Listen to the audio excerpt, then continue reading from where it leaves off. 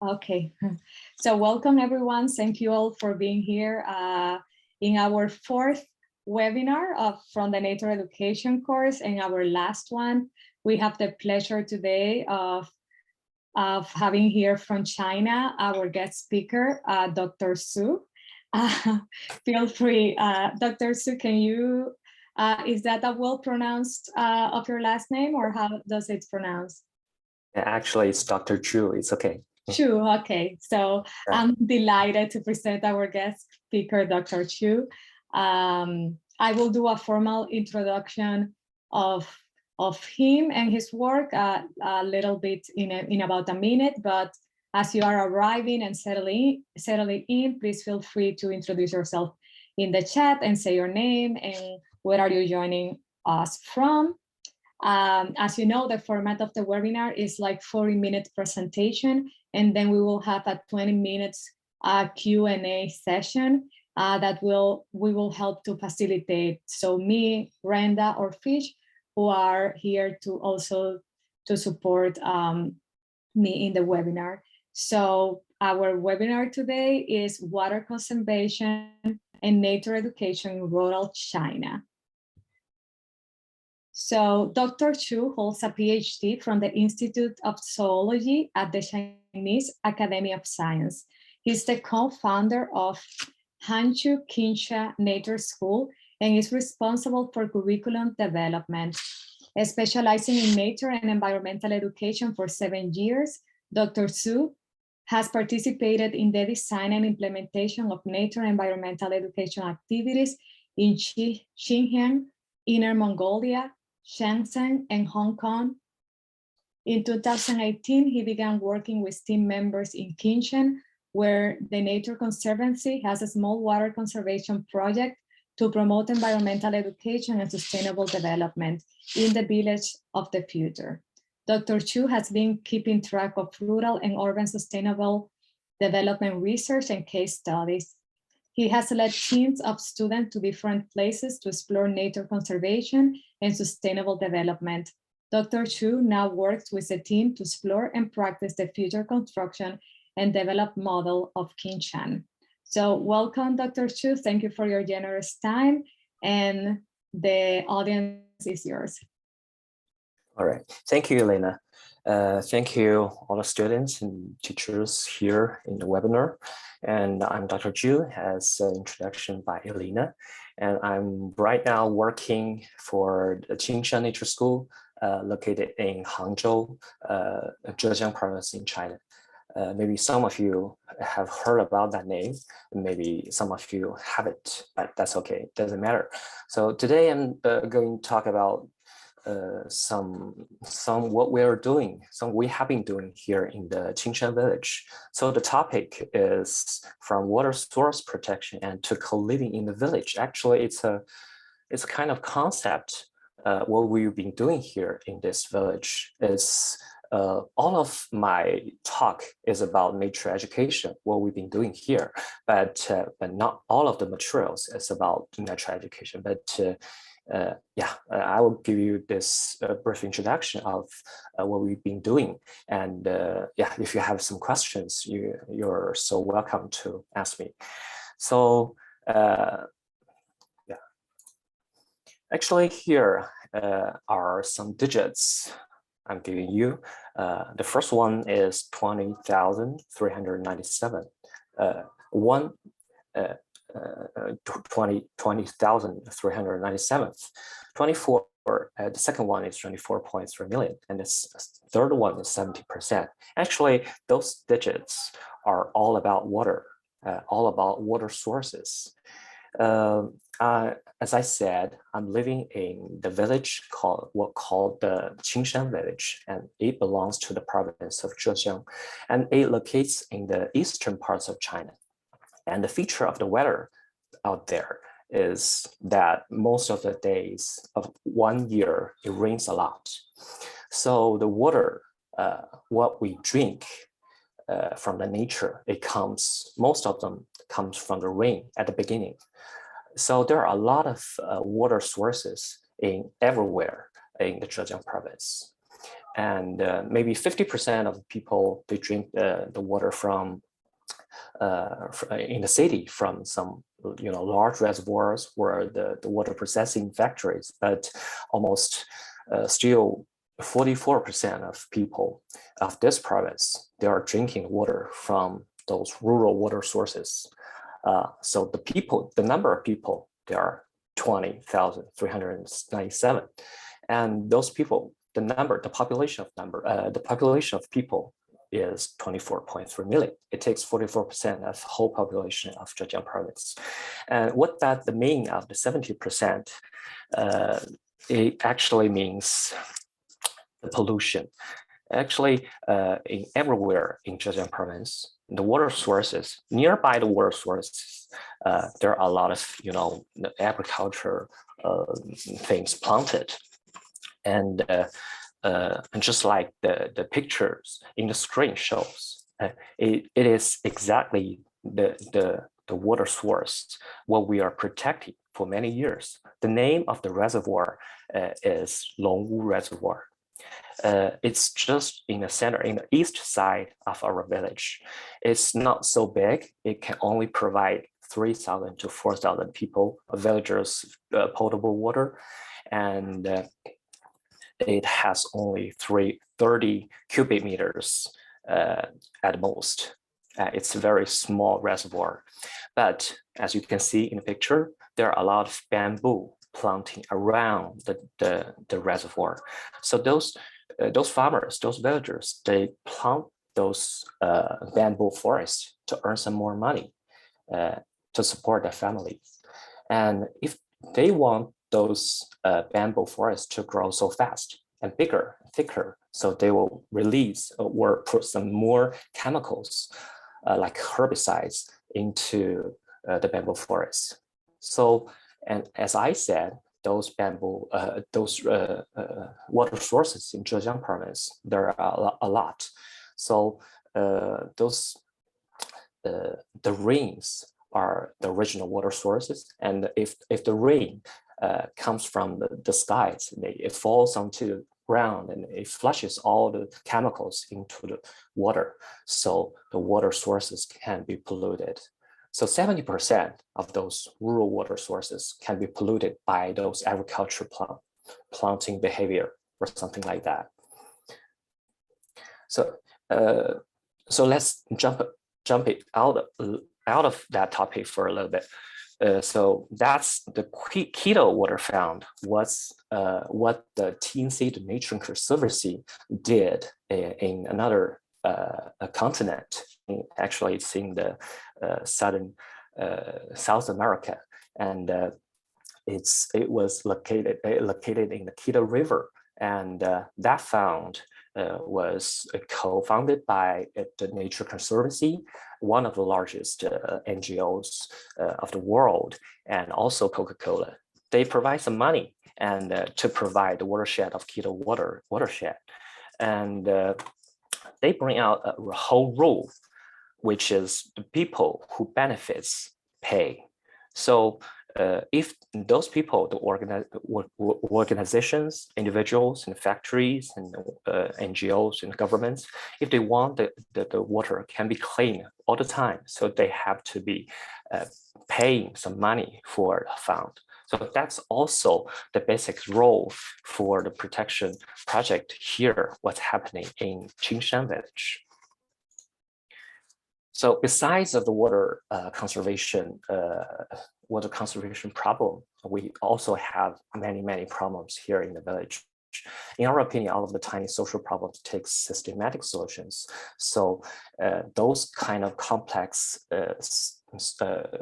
problems need to communicate with the protector and also the people who's living there.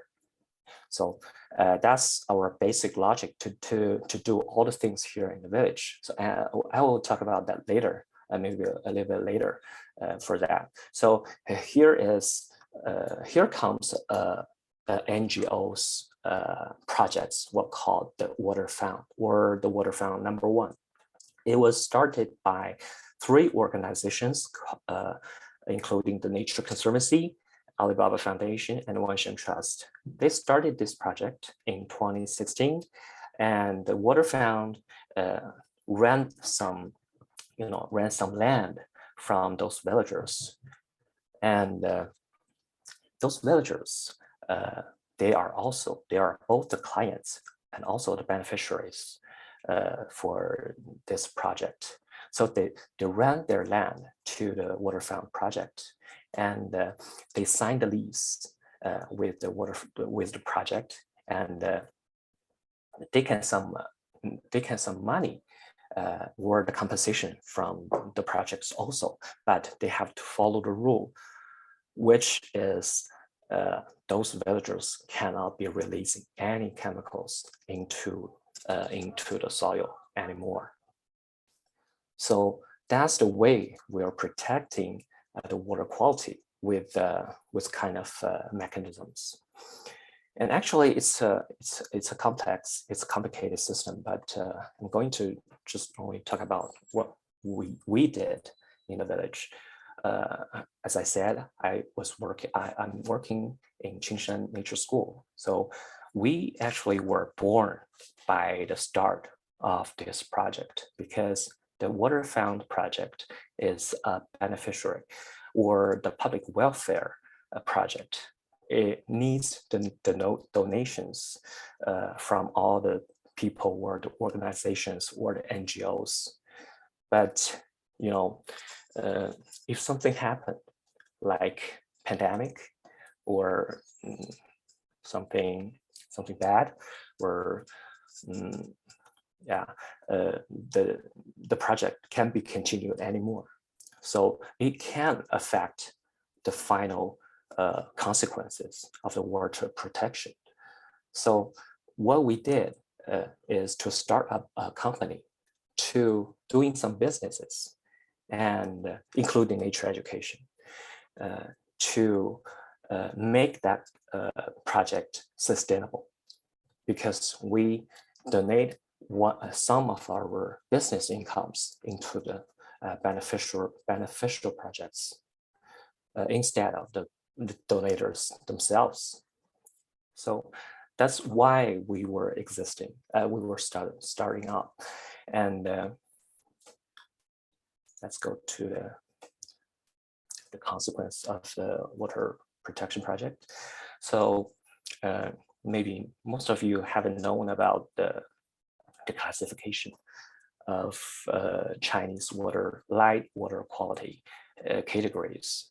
So in China, the light water quality can be classified into 6 categories. The category 1 means the water quality is the best, and the lower than category 5 means it's the worst.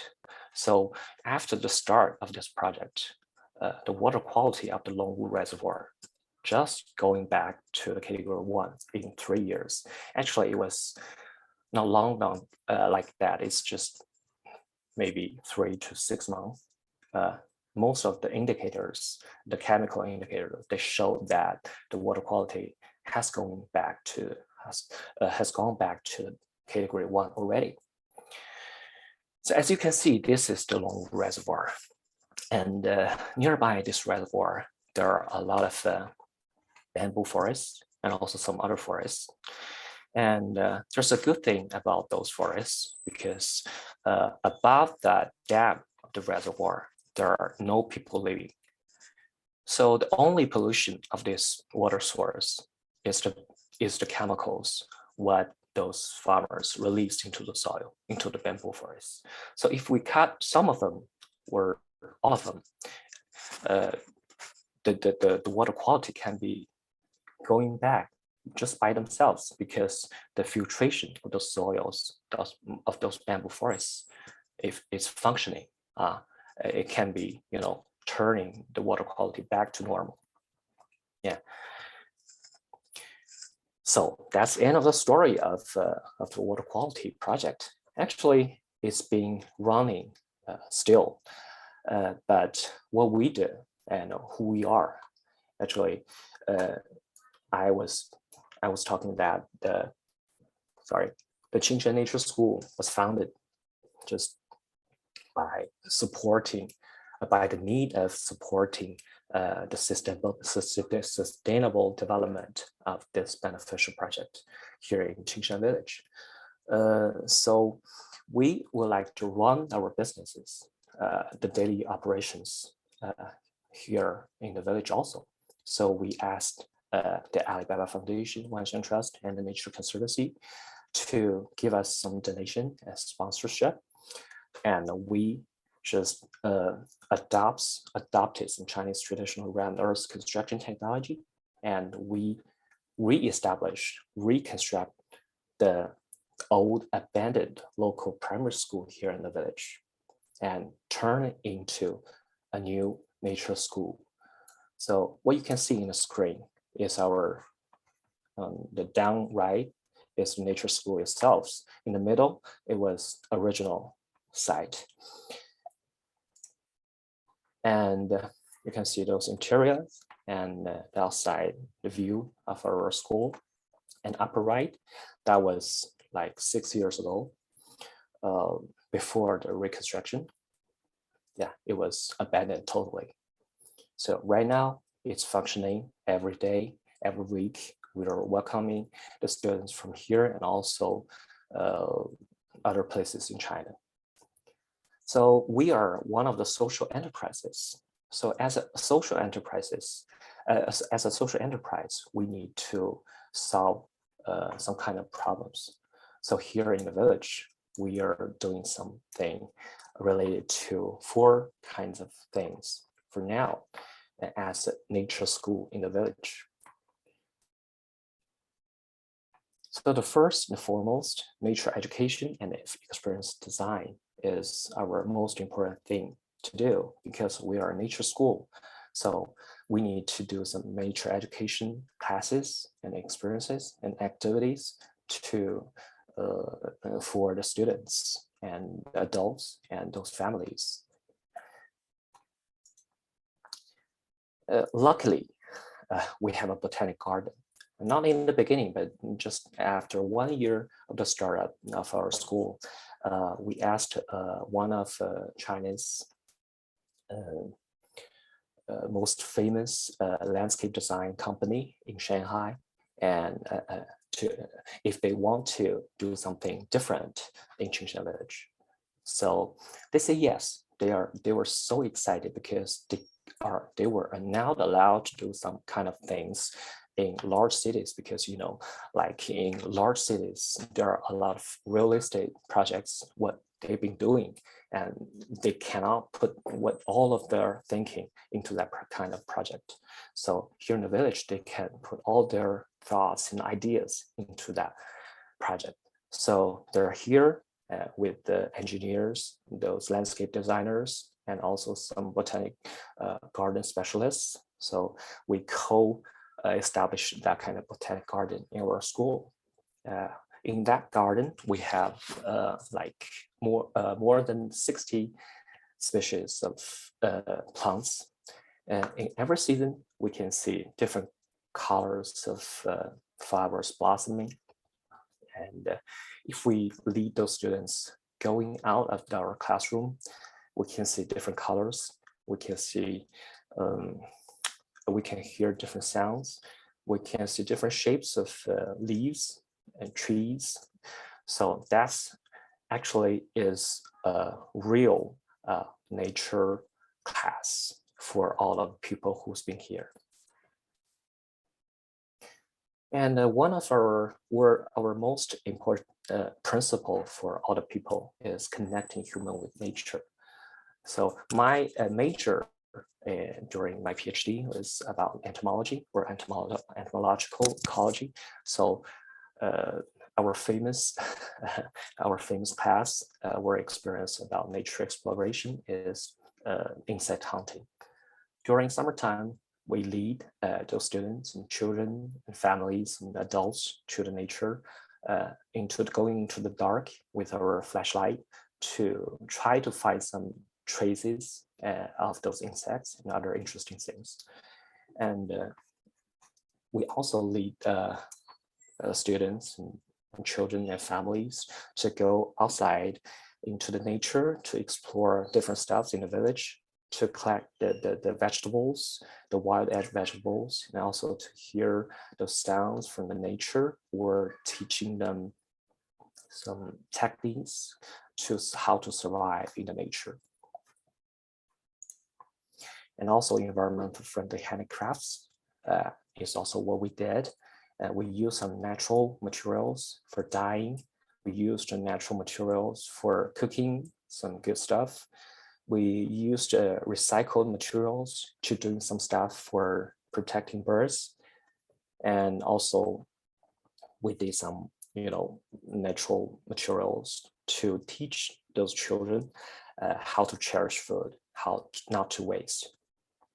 And also we lead the students like maybe higher levels, like senior school students to different conservancies in the world, like in Hong Kong, to doing some field study trips to explore how those agencies or NGOs did for the conservancy of different biodiversities or different species right there.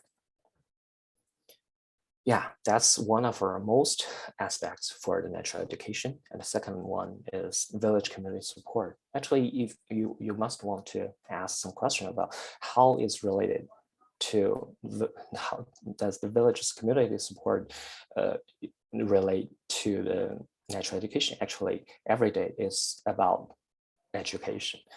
As you can see here in the screen, especially on the upper right, there are a lot of villagers. We start up one of our projects, what was called the natural neighborhoods, because after we started our company in 2016, there are more and more people, like families and guests and people from the companies, they're willing to come into the village to go and experience some natural themed activities or experiences. And one of the problems is that they need some kind of services in the village. They need some food. They need accommodation, right? They need something to buy, and they need something to bring home. So those things is what we cannot do. So we ask help for, we asked the villagers for some help. So because here's some knowledge about the villagers, the numbers of villagers here in Qingshan village, there are over 2,600 registered villagers, people in the village, but there are only no more than 700 people who's been living in the village every day. So if you come here and see those big houses in the village, you can see most of those houses are empty. So how to use those empty houses? So we figured out that we can make those empty houses, empty spaces, empty rooms to those guests who's been visiting here in the village. So we asked those villagers, maybe 2 or 3 families, and do you want to join our program and give some services to the outside guests? And some of them, they say yes.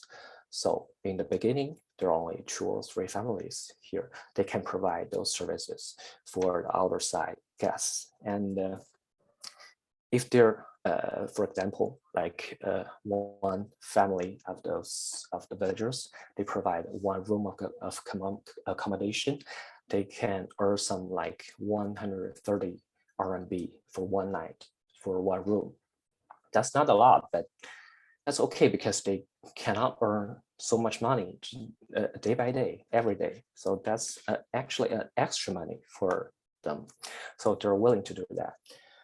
And we also asked them, do you want to donate 10% of your income from accommodation into the water source protection project? because we recommend those gas for you. So they said yes. Some of them say yes. So the agreement has been, affected. And after day by day, and more people, those villagers, they realize that that's the opportunity to earn some extra money. So more and more villagers join into that kind of project. And during that procession, and we also said something. We talked to them later that do you want to not use some kind of disposable stuff in your home, because we wouldn't like those kind of disposable or wasted things happening or existing in our ecological safe village. So some of them, they're willing to do that. So, and what did we do? What we did is we recommend some more people to those farmers, to those villagers who were willing to not to use those disposable stuff in their family. So after maybe 1 year or 2 years, the villagers, they realize that it can be earning some more money. So it's a change. It's a big change. And right now there are over 70 families in the village. They joined that project, and most of those families, they realize that they cannot use disposable stuff in their family to welcome those guests from outside world. So that's kind of natural education also here in the village. And for the festivals, it's the same principle. As you can see in the right side of those two pictures, in 3 years ago, during the Mid-Autumn Day, we established, co-created a festival we called it was not existing in the village, because most of the villagers, they're living here right now in the village. 100 years ago, those families were not, because right now those villagers, they're just coming from different places from the province. So they don't have the same or similar recognition into the tradition of this village. So what we would like them to do is want them to realize that the water here in the village is precious for all of them. The tradition here in the village is important to them. You must respect to the nature. You must respect to what the nature goes. So the festival was organized, and during that festival, we organized some, handicrafts just made by some handicrafters in the local village. And also we made a swap market to encourage people to exchange their old stuff instead of buying new things. And also in other festivals, especially during kind of Earth Day, we organize some, no waste day by, a serious activities by using some board. You can see that in upper left, some wasted board, and use also some local materials like bamboo to let people know what's important in their daily lives.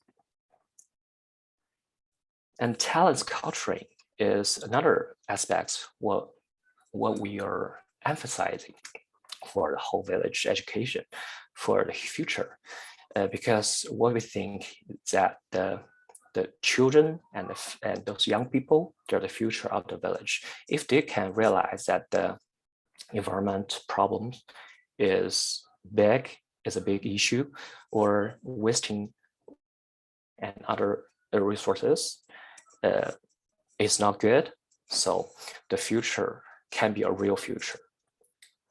So every year, every summertime, we would organize a summer camp, a free summer camp for the towns, for the children and students of the whole town, including 50 to 60 students. And it lasts already for 8 years. This year's the 8th year. And from the time to time, we asked if we want to organize some festival activities, gala, or some other celebration, or some classes and experiences. We would like to ask some young people here in the village if they want to join and give some experiences and some inspiration and local knowledge about the local talents about those things. And volunteer activity is another thing we've been doing here in the village. Like in the middle, down, there's a German lady, and he's leading another people to do some composting things, because in the traditional thinking in the village, people think that those wasted leaves and branches, they're not so good, so you have to burn it out. But as you know, it's damaging for the air, for the atmosphere. So what she's been doing is to encourage people not to waste, not to burn down those kind of stuff, instead of them, just to save them and to compost, to change them into the nutrition for the soil, for the future planting or the agriculture production. Yeah, we also did something like that. For educating people to do something good for their daily life. And Qingshan Talk is other educational activity. What we've been doing here for over 3 years. We imitated that kind of activity just as the TED Talk. We were inspired by the TED Talk, and we invited a lot of guests, those specialists, those interesting people, those VIPs from different areas to give us some talks in different areas.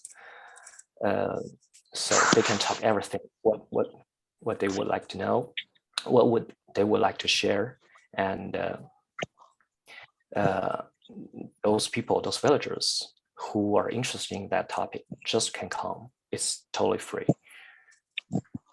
And the village paper, it was also a media started. The media project started by since last year. We invite some of the villagers to give some talks or did some interviews with them, young people, old people, and children, to give them some opinions about the village. To talk some topics about nature. Yeah. And the third one is CSR links, and yeah, I'll be briefly about those part. And we also would like to invite some other people in the business area, like in the large companies here in China, to give some workshops and trainings for the young people here in the village, to give some advices and suggestions for the future development of the whole village, to talk about how we organize what we would like to do in the future village. And some of the companies, they also have some kind of beneficial rules for everyone, like 3 hours for everyone. So we would like to organize that kind of activities, like collecting trashes, making some environmental friendly boards, and collecting some kinds of biodiversity species, and doing some stuff for the gardens. All the beneficial work is free. So that's also encouragement for all the people who's working in the large companies, to give them some natural themed education. And we would like to go outside into other cities and other areas to give people some exhibitions and talks about the nature. Like down there, there are 2 pictures. That's a series exhibitions we held in 2020.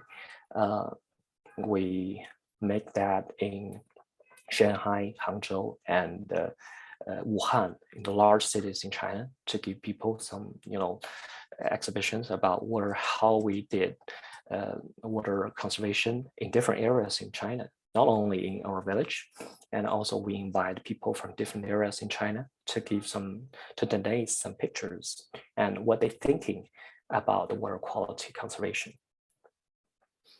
And the fourth topic is about ecological protection consultation, but it's also about the other people. And we organize some kind of natural thing, hike with scientists activity. We invite some different areas of people to go inside on the top of ecological restoration project, what we've been joining in for 3 years.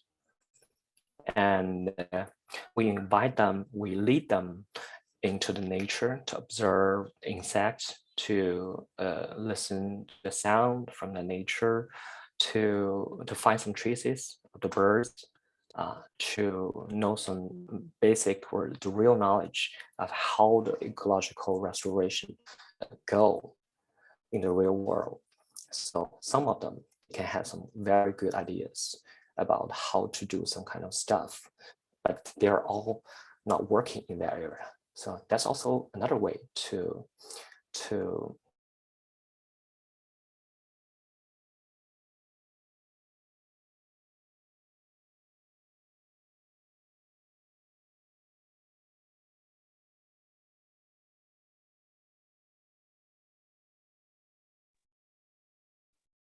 Hello. Dr. Chu, are you there?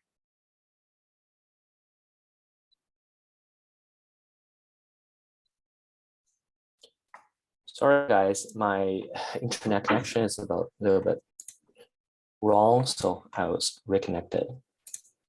Oh.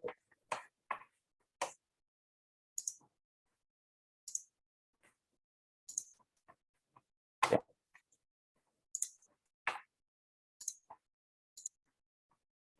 I'm back.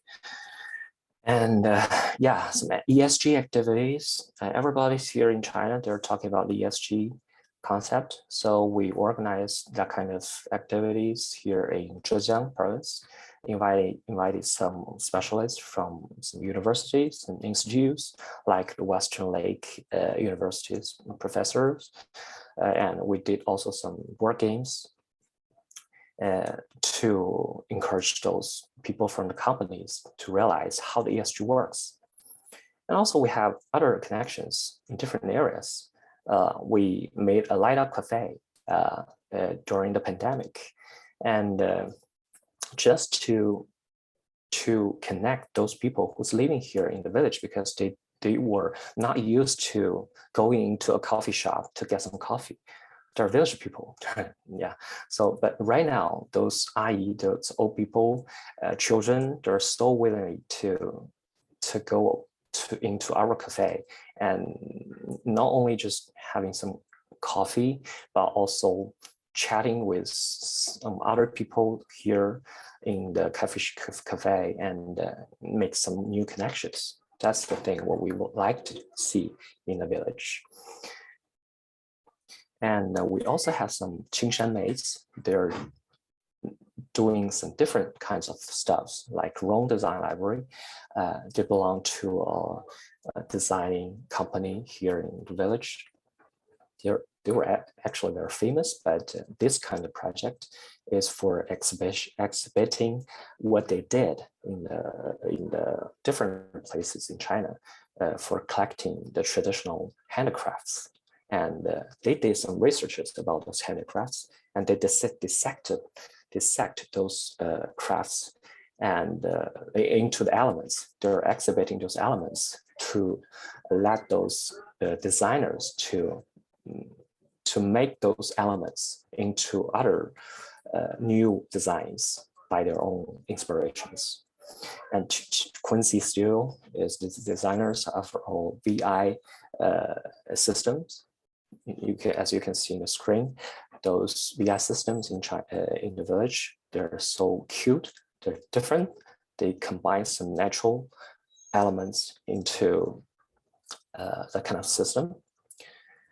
And also we have different mates that are from different areas, like some universities and urban planning organizations, and some animal protection agencies, and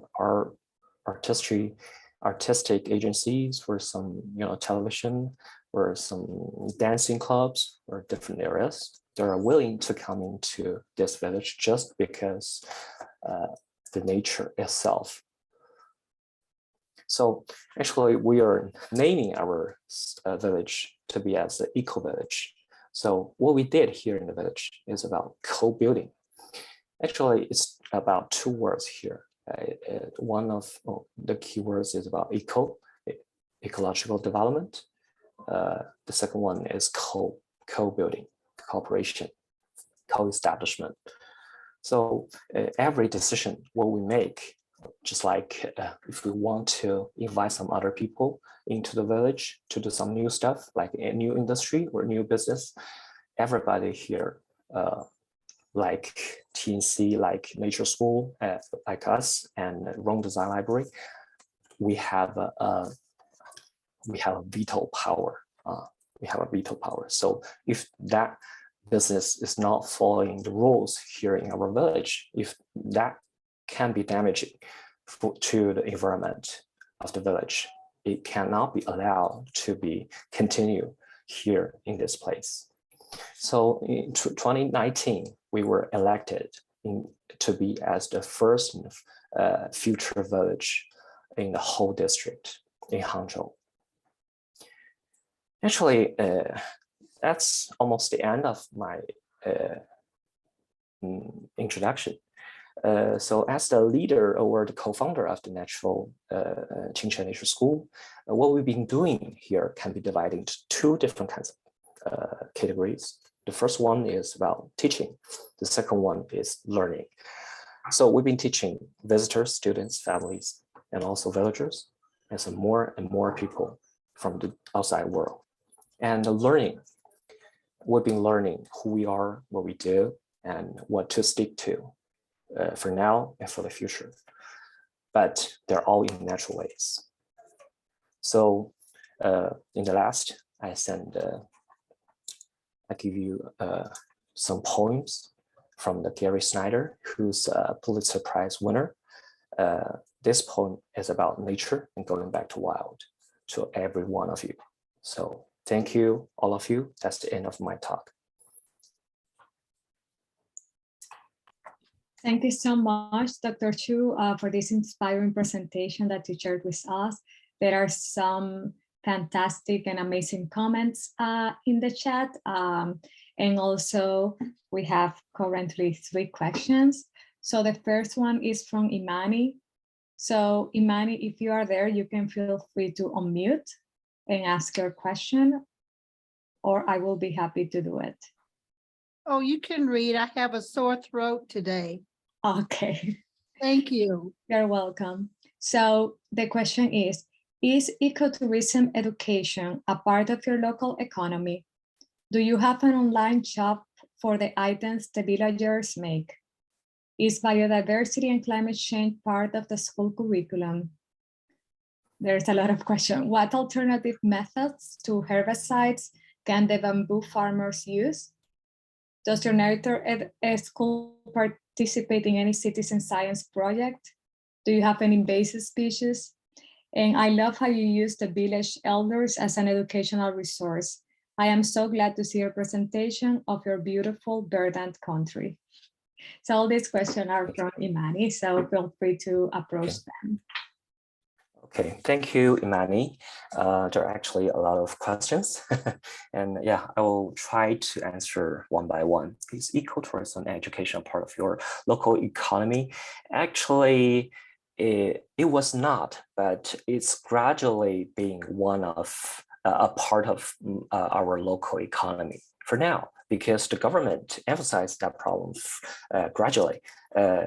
Because in this village, there are no other industries, like just real industry and some, real agriculture. So the traveling the industry is the primary and the most important for the local economy. So the government sees that problem as the ecotourism or educational thing as an important thing. So they have some more and more infrastructure establishment here in the village. So they ask those villagers to renovate their own houses and give some compensations for that, just things like that. So the village has changed into a new kind of pattern or style comparing with it was before. So do you have an online shop? Actually, we don't have an online shop, but for the village, it has. And there is one, and those items the villagers make can be on the shelves on that online shop. Is biodiversity climate change part of the school curriculum? Of course, we have some kind of biodiversity and climate change part classes and experiences, also some camps outside our village. What alternative method to herbicide can be bamboo farmers? Actually, they don't have. There's not good alternative methods to instead the herbicide use in the village.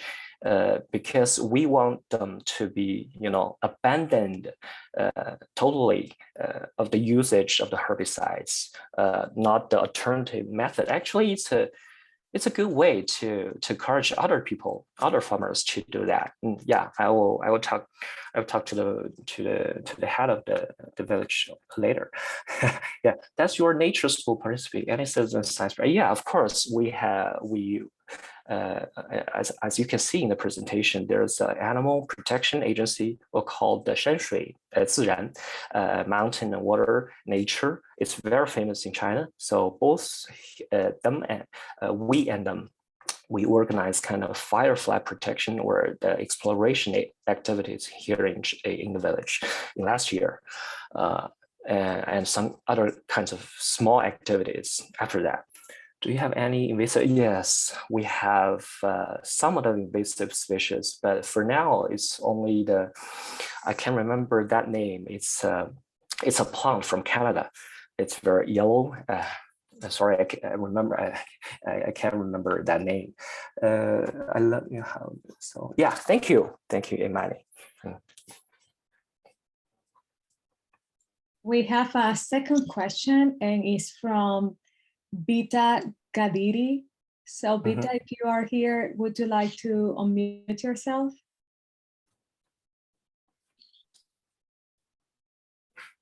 Okay, so the question of Bita, if it is possible for you to work with companies like Alibaba for advertising about the environment or something like that, similar. So I'm guessing is that Bita Gadiri is asking about like capitalist development and like environmental or nature education together, connection. Actually, that's also a way, a category we've been doing for a lot of years since we've been starting up. Because our project was founded by Alibaba partly. So we invite some of their BUs or parts of that company to tell more and more of their employees to join into our kind of projects or activities or experiences like that and we can give them some natural education here in the village, and that they can have their own beneficial services or natural education services for their own employees. So yeah, it's been done for it's been doing for many years already. Thank you. We have a third question from Sikihe. You can like unmute yourself. I'm seeing you're still in the call if you want to ask your question.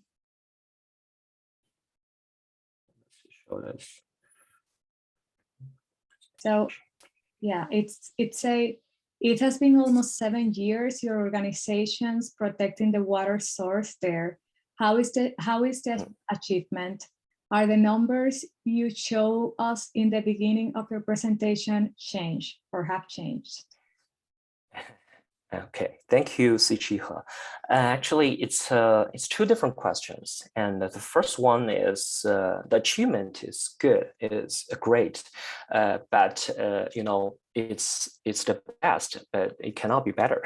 You know, the water quality has reached into the top of the water quality categories in China, the category 1, as I said. So every 6 months. The agency, the people from the agency of the Zhejiang province environmental protection, they can be here and doing some other tests every 6 months. So the consequence, what they get from every time since the beginning of our project, show that the achievement of the water protection projects is still good. Yeah, that's the achievement. And the numbers you showed in, actually, it's not related to, it's not related to this Longhu Reservoir. It's the whole, the general number for all the rural water sources in the whole province. It's not related to this village. Yeah, thank you. I do have a question. I was impressed about all the cultural activities that you do as part of the project and celebrations. So I was wondering if that is part of like the region culture, or this is something that you have incorporated for the project, and like, how do you see that? What are the benefits that you see about all these celebrations? Sorry, I can't get you because the website, the internet signal was not so good. So can you repeat it? Yeah, sorry. So, yeah. Okay, so I was impressed about all the celebrations that you have as part of the project and all like those cultural activities. Thank you. I found that very new, like that approach. So I was wondering if that is part of China or the region culture, or that is something that you have incorporated to the project as part of the educational experience, and what are specific outcomes or benefit that you have been observing from that cultural or activities or celebrations? Actually, as I talked in the beginning of my presentation, that the water protection projects is just the beginning of the whole story of the whole village. Actually, I wasn't that starter, but I wasn't the #1 people in the village. But what we did here for the nature school for the village is that the water quality, the water protection project can be leading more and more people to be here, to be, you know, observers of the nature here, and also attracts more and more agencies and organizations, NGOs, and governments, and more and more people from different places in China. They just come. They would like to be here to see what was it like, and how they can do the similar or the same things in their home country, in their home place, and we can give them some suggestions, but it shouldn't be the same, because it depends on the, you know, the resources, the human, and also different kinds of like governments, and yeah, integrated together to complete that thing. So but what we gave them is that you can explore what you have. You must have what you have. You must have what you can be calling precious. you must have something where you can think that is most important for your culture, for your own people, for your own nature. You must have that kind of thing. So just explore that and find some people, especially some young people, to do that kind of thing. Because if the first one is young people can be sustainable for the future development, for the future natural education or other education or conservation things in that place. And the second one is only if there are people there, that thing can be sustainable. Yeah, if it's not from, if it's from government, if from the comments or some other questions or some projects from different places, bureaucratically, it cannot be lasting forever. It will end it so quick. Yeah. And talking about the classes and what we can get from the conservancy project, actually, what the classes were being teaching for the students and the adults and the people who's living here and those guests is try to live a more sustainable life. For example, like we have a light up cafe, right?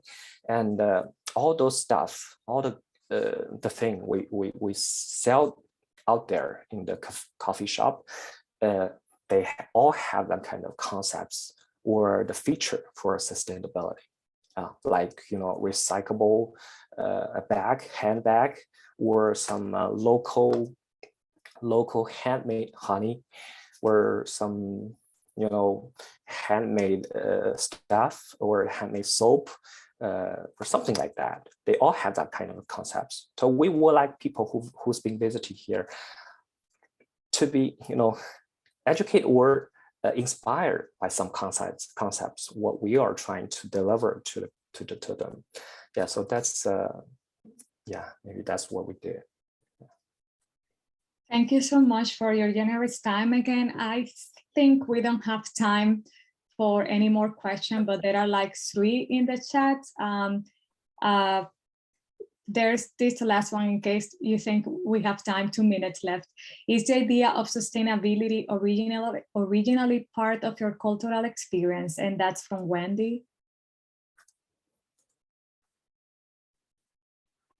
And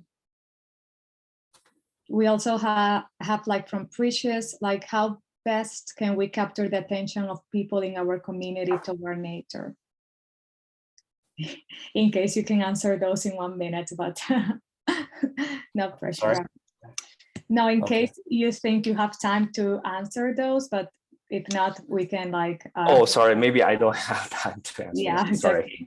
Yeah, so yes. Yeah. So thank you all for your participation. Thank you, Dr. Chu, for your precious time and generous time. Let's give him a round of applause. Thank you. We are delighted to have you here and to see your project. The whole chat is full of comments of how fascinated and how overarching is and how it incorporates different stakeholders, different ages, different generations, local knowledge, science, etc. So thank you so much for presenting this water conservation project to us, and thank you for your time, and thank you.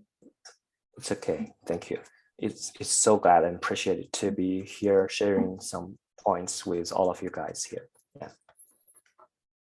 So now we will switch for our time in Chinese. So Fish will lead this space where people that speak Chinese and would need some facilitation with the English webinar can stay here, and then for everybody the webinar has ended. Thank you. Thank you, Anina. Since this is the last time for the natural education course